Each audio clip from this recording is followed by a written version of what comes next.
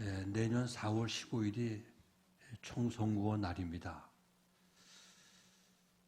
선거 때가 되면 늘 벽보에 후보들의 얼굴이 쫙 붙어요. 근데 그 얼굴들을 보면 전부 웃는 낯으로 멋지게 그 얼굴들이 사진이 붙습니다. 얼굴들 보면 일을 다 잘할 것 같아요. 근데 그렇지 못해요. 요즘 취업난으로 굉장히 취업 시험이 입시 시험 못지않게 힘들다고 얘기들 하죠. 그래서 취업 시험을 잘 보기 위해서 특히 면접이 중요하다고 그래요. 면접을 위한 학원이 생기고요. 또 면접 강의가 생기고요. 면접 특별 과외가 생기고요. 하다못해 면접에 좋은 인상을 남기기 위해서 성형수술까지 하는 일들이 일어나고 있는 것이 오늘의 우리의 현실입니다. 오늘 본문 말씀 보면 이새의 8 아들이 있죠. 근데 이제 왕으로 발탁이 될 수 있다고 하니까 사무엘 앞에 잘 보이기 위해서 얼마나 용모와 또 치장을 하고 이제 사무엘을 만나게 됩니다.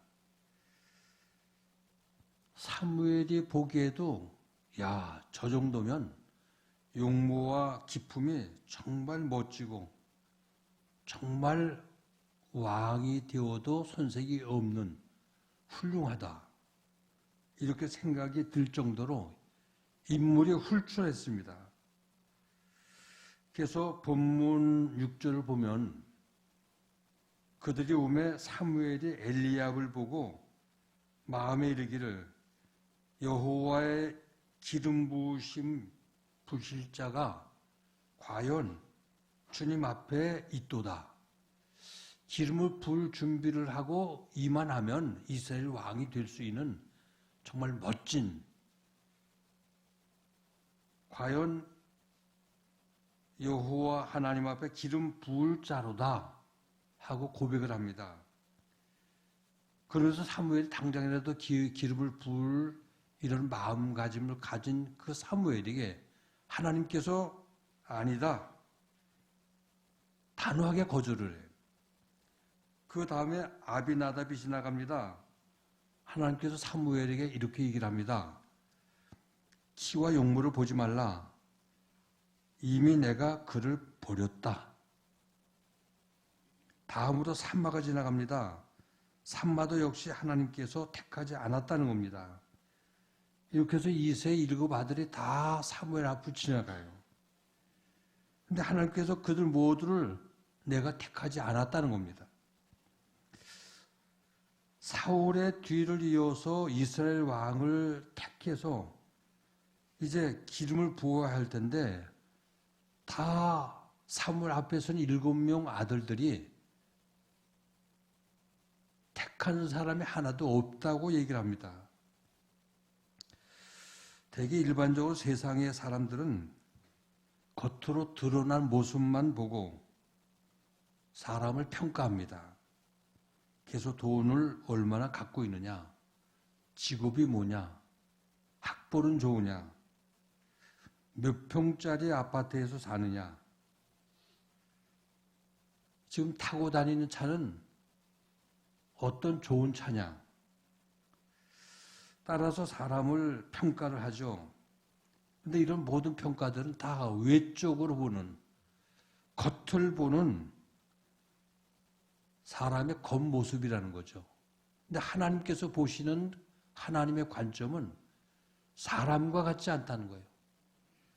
겉을 보시는 것이 아니라 그 마음 중심 속을 보신다는 거예요. 그래서 사무엘은 여기 7절 말씀 보니까 이렇게 하나님께서 사무엘에게 말을 합니다. 사무엘에게 이르시되 그의 용모와 키를 보지 말라. 내가 이미 그를 버렸노라. 내가 보는 것은 사람과 같지 아니하니 사람은 외모를 보거니와 나 여호와는 중심을 보느니라. 본문의 내용은 하나님께서 다윗을 선택하셔서 기름을 붓는 이런 이야기의 내용입니다.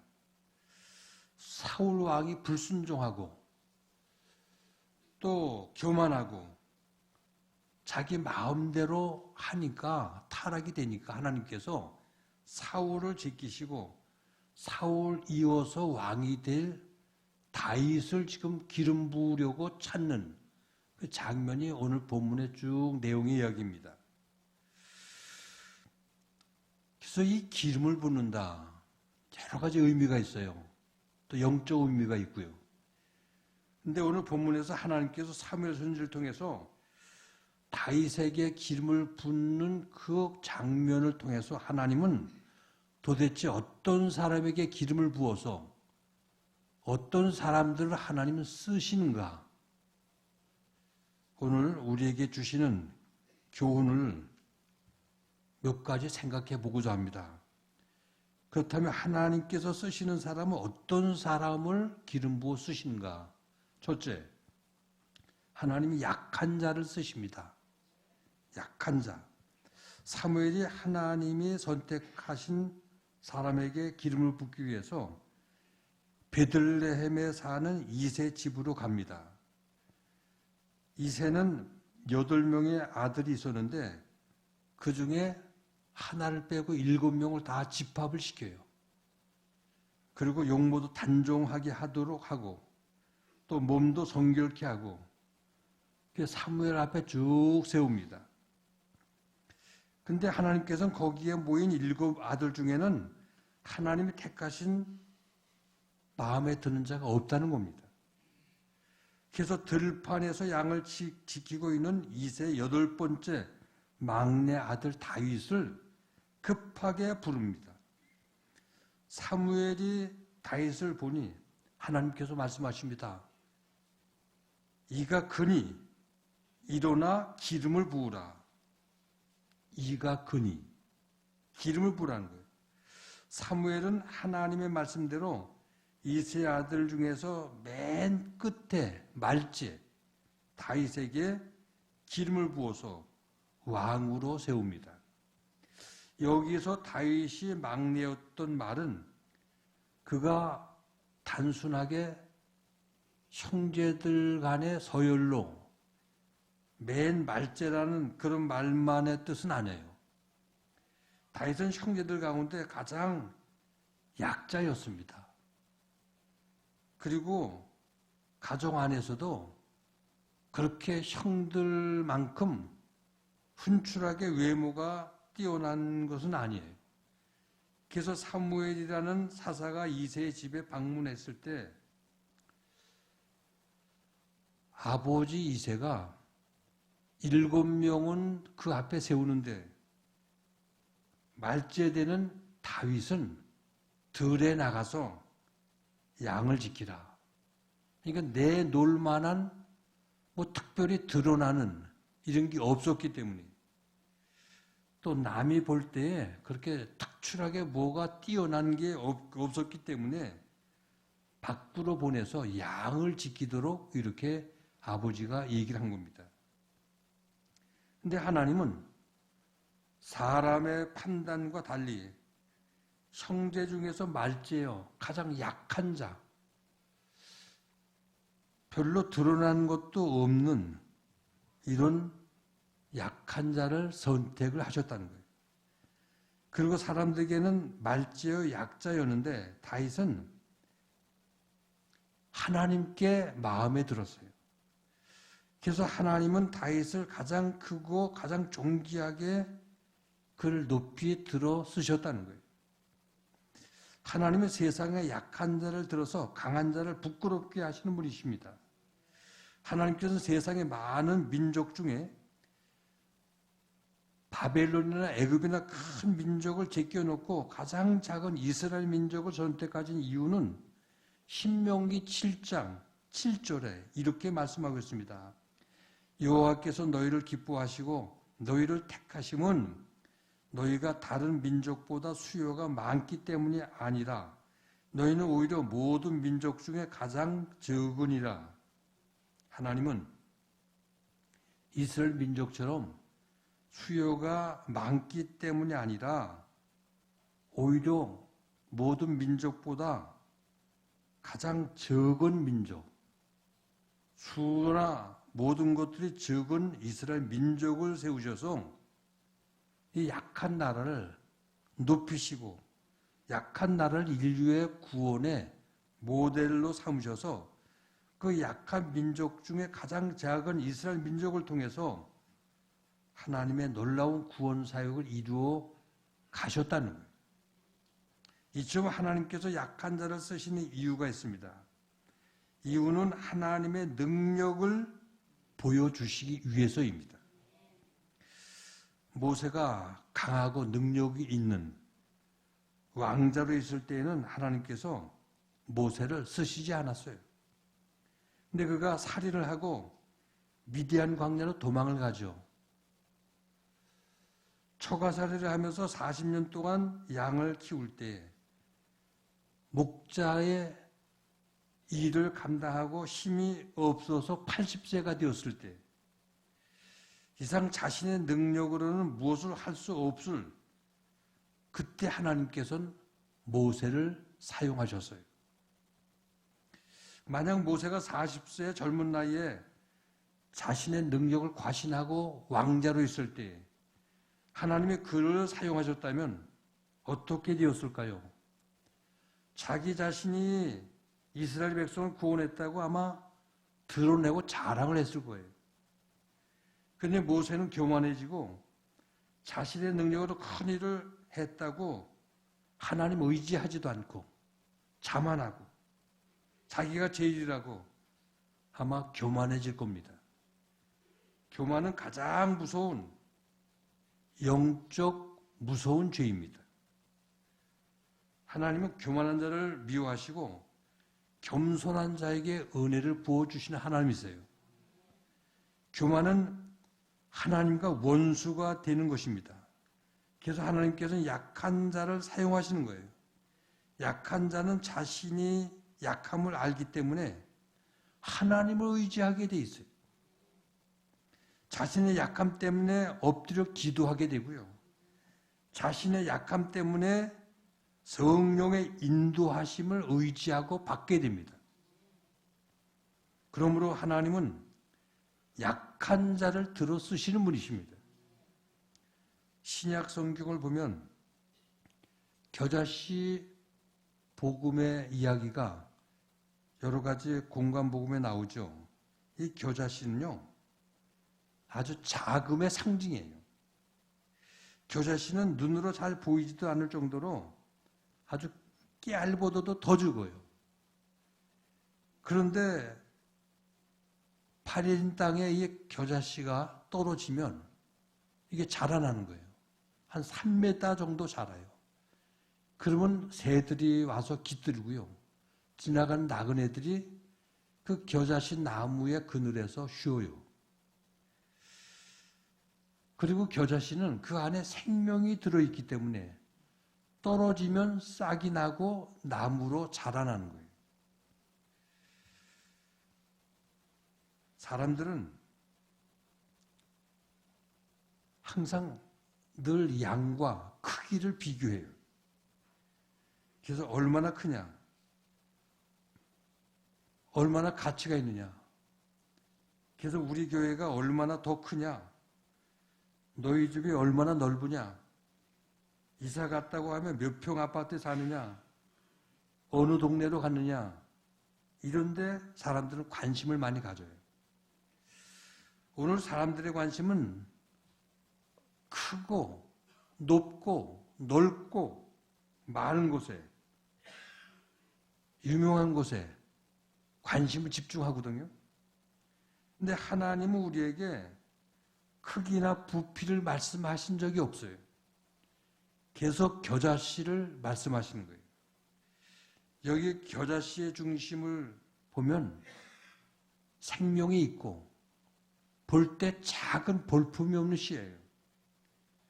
근데 생명이 있다는 곳에 놀라운 일들이 일어나는 거예요. 하나님은 작지만 그 속에 생명력을 보신다는 거예요. 하나님은 우리들에게 직분이 뭐냐 묻지 않으세요. 직분은 일하기 위한 수단에 불과하지 직분이 높다고 천국에 가는 게 아니거든요. 하나님은 직분의 높고 낮음을 따지지 않으세요. 먼저 내 속에 진정 생명이 있느냐 이걸 묻고 계세요.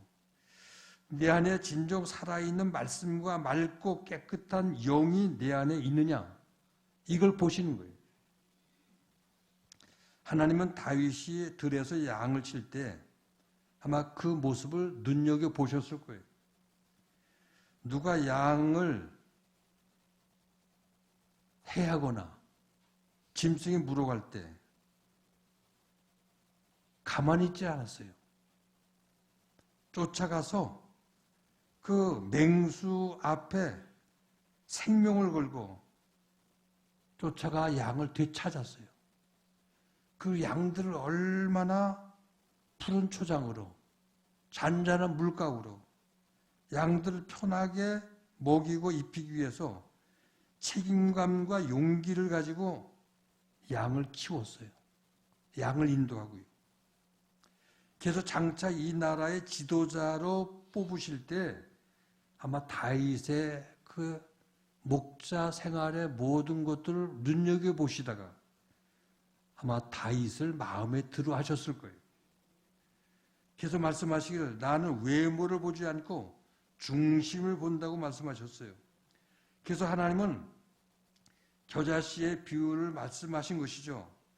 겨자씨의 비유는 작지만 그 안에 생명이 들어있기 때문에 그래서 겨자씨를 강조를 비유로 하셨어요. 문제는 내 안에 생명이 있느냐? 그렇다면 하나님께서 나를 기억하시고 나를 쓰신다는 거예요. 두 번째, 하나님은 자신의 일에 성실한 자를 쓰셔요. 성실한 자. 이세 일곱 아들들을 본 사무엘은 오늘 본문 11절에서 이렇게 얘기를 하죠.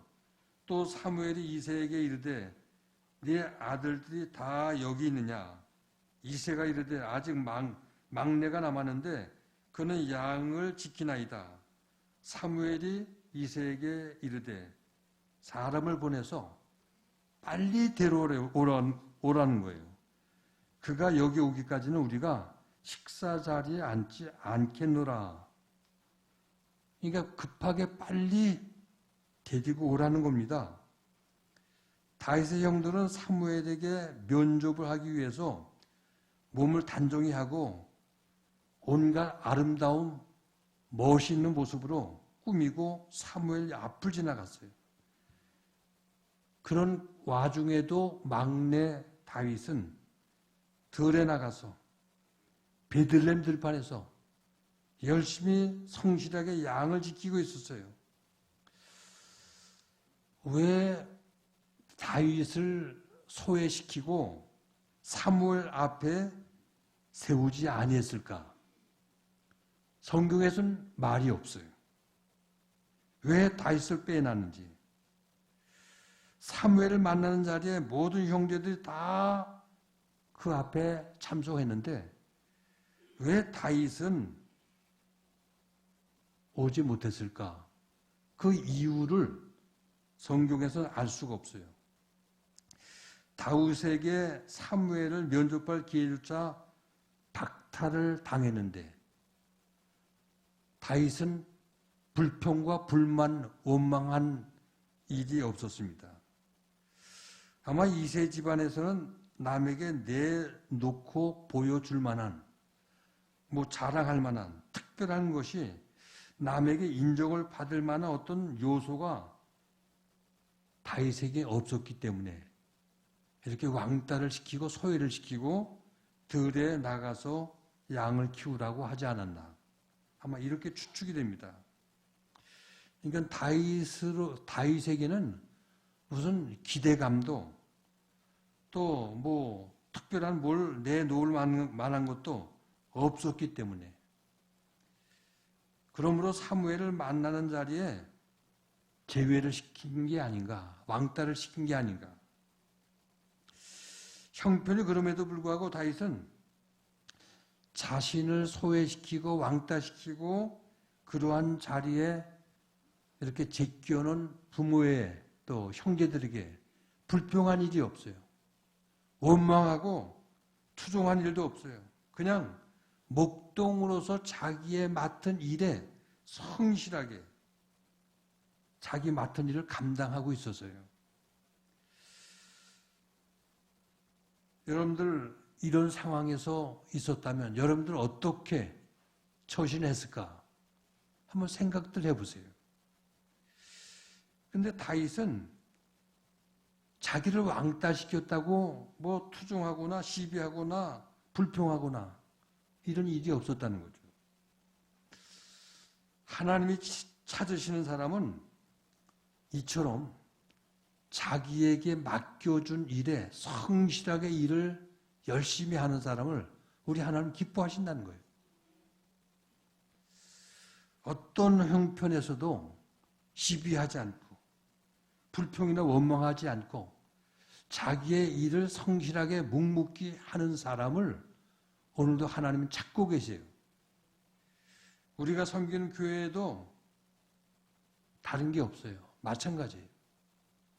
맡은 자리에서 성실하게 자기 일을 하는 사람을 하나님이 기뻐하신다는 거죠. 하나님의 일이라는 것은 높은 것도 없고 낮은 것도 없고요. 귀한 것도 없고 천한 것도 없고 다 하나님이 귀하게 보셔요. 자신이 맡은 그 자리에서 최선을 다하면 우리 하나님이 기뻐하신다는 거죠. 성경에서 하나님이 쓰시는 사람은 언제나 자기 일에 성심을 다해서 열심히 자기 일을 하는 사람을 하나님은 쓰시고 높이시고 사용하신다는 거죠. 요셉 보세요. 애굽으로 팔려가 종살이 하면서도 성실하게 일해서 주인에게 인정을 받고 가정 총무가 되고 주인은 요셉에게 모든 일과 재산까지 모든 걸 다 관리하고 맡기지 않았어요? 요셉은 성실했기 때문에, 정직했기 때문에. 그래서 주인께 인정을 받고 모든 걸 그에게 맡겼던 것이죠. 이처럼 하나님은 성실하게 일하는 사람을 오늘도 찾고 쓰신다는 거죠. 그래서 엘리사도 열심히 밭을 갈고 있을 때 하나님께서 부르셨죠. 베드로도 바다에서 열심히 그물을 낚고 있을 때 하나님이 그를 불러 쓰셨어요. 모세도 미디안 광야에서 장인 이드로의 양을 열심히 목양할 때 하나님께서 불꽃 가운데 나타나 그를 부르셨죠. 하나님은 오늘도 자신이 맡은 자리에서 최선을 다해서 성실하게 일하는 사람을 쓰신다는 거예요. 하나님께서 쓰시는 약한 사람도 하나님은 쓰셔요. 무지한 사람도 하나님은 무식한 사람도 쓰시는 거예요. 베드로같이. 가난한 사람도 쓰시고요. 죄 많은 사람도 쓰셔요. 그러나 책임감이 없는 사람, 성실하지 못한 사람, 쓴 예가 없어요. 그러므로 학생들은 공부하는 현장에서 성실하게 열심히 공부하고 사업하는 사람은 사업의 현장에서 성실하게 열심히 사업을 해야 돼요.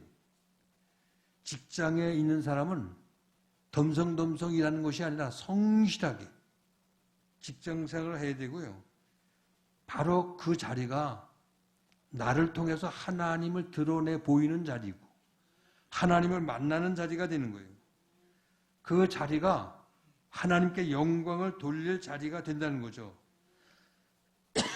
이처럼 우리 그리스도인들에게 중요한 삶의 자세는 성실함이 중요하다는 거예요.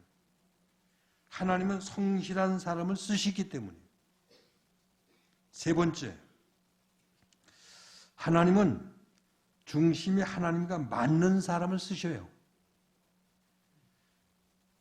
사람은 외모를 보지만은 하나님은 중심을 보시기 때문에 무엇이 있는 엘리압을 선택하지 않고 다윗을 선택하셔서 머리에 그에게 기름을 붓고 이스라엘 왕으로 세우셔서 나라를 통치해 나갈 수 있는 지도자로 높이 세워주셨다는 거예요. 이유는 그의 중심이 하나님과 맞았기 때문에. 이 중심이 굳고요. 흔들리지 않고 중심이 깊어야 우리 하나님과 맞는다는 거죠. 성경에 나오는 인물 중에 하나님의 사랑을 가장 많이 받은 사람이 아마 다윗이 아닌가 이렇게 생각이 되어집니다. 왜? 하나님 중심과 합했기 때문에. 그래서 사도행전 13장 22절 보면 내가 이새의 아들 다윗을 만나니 내 마음에 맞는 사람이라 내 뜻을 다 이루리라. 그만큼 하나님께서 다윗을 인정했고 다윗 하는 일들이 하나님 마음에 맞았다는 거예요. 미국 오하이오주에 큰 농장이 하나 있었는데 테일러라는 사람이 그 농장을 경영하고 있었습니다. 근데 어떤 날 해가 뉘엿뉘엿 지는 때에 한 젊은이가 남노한 옷을 입고 거기를 찾아왔어요. 테일러 농장 주인을 찾았습니다. 내가 갈 곳이 없는데 좀 여기 임시 머무르면 안 되겠느냐고. 그래서 좀 임시 머무르게 해달라고 이렇게 사정을 했습니다. 이렇게 보니까 힘께나 쓰고 사람이 똘똘했어요. 그래서 그렇게 하라고 그 창고가 딸린 구석진 조그만 방을 하나 내줬습니다. 열심히 이 젊은이가 일을 했습니다. 성실하게 이 농장 관리를 잘 했습니다. 근데 농장 주인 딸과 눈이 맞았어요. 그래서 사랑을 하게 됐어요. 그래서 이들이 아버지께 얘기를 합니다. 우리 결혼하겠다고. 그러니까 아버지가 딸과 이 청년을 번갈아 보면서 아무래도 마음이 놓이지 않는다는 거예요. 딸에게 얘기를 합니다. 아니, 청년이 정체가 누군지, 어디서 왔는지, 가문이 어떤지,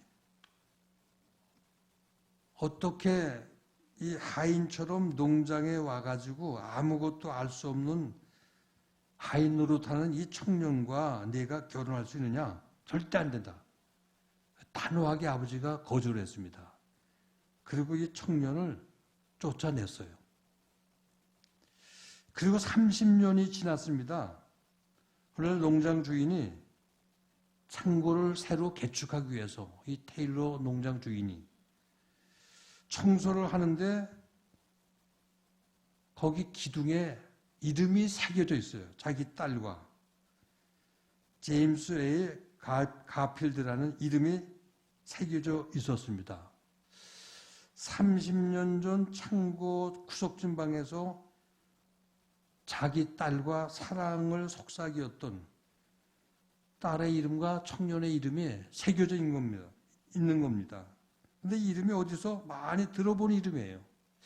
이름이 곰곰이 생각해 보니까 자기 나라의 지금 현직 대통령의 이름이 가필드예요. 제임스 A. 가필드. 그러니까 30년 전 자기의 딸과 결혼하겠다고 청혼했던 그 청년이 지금 그 나라 미국의 현직 대통령이 되어 있는 겁니다. 겉모양만 보고 자신의 딸을 줄 수 없다고 내쫓아버린 그때를 생각하면서 내가 사람을 잘못 봤네. 결혼을 시켰으면 대통령 장인이 됐을 텐데. 아주 기회를 놓친 걸 아쉬워하면서 후회를 했다는 일화가 있습니다. 너무 외모만 보고 평가를 해서 안 된다는 거죠. 마지막 네 번째, 하나님은 성령 충만한 사람을 쓰십니다. 여기 13절 보니까 다윗이 사무엘 선지자로부터 기름 부음을 받고 난 후에 이날 이후로 다윗이 여호와의 영에게 크게 감동되니라. 여호와의 영은 성령을 가리키는 겁니다. 성령님에게 크게 감동이 되었다는 거예요. 맡은 자기의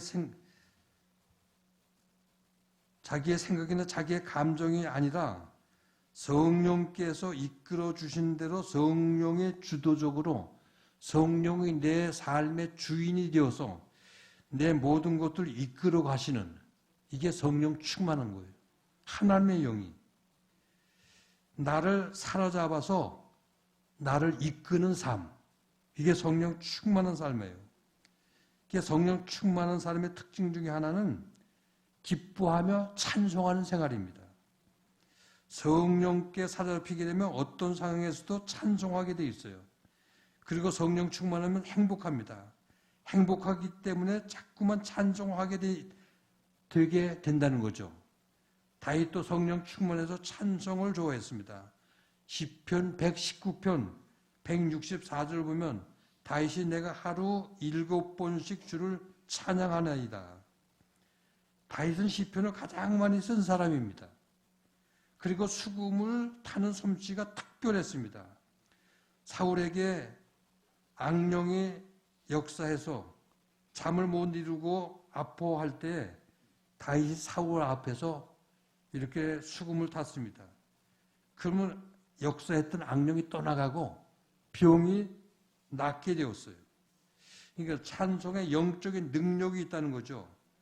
성령이 떠나면 악령이 역사를 하는데 악령의 역사하면 이게 인생이 망가지고 행복할 수가 없어요.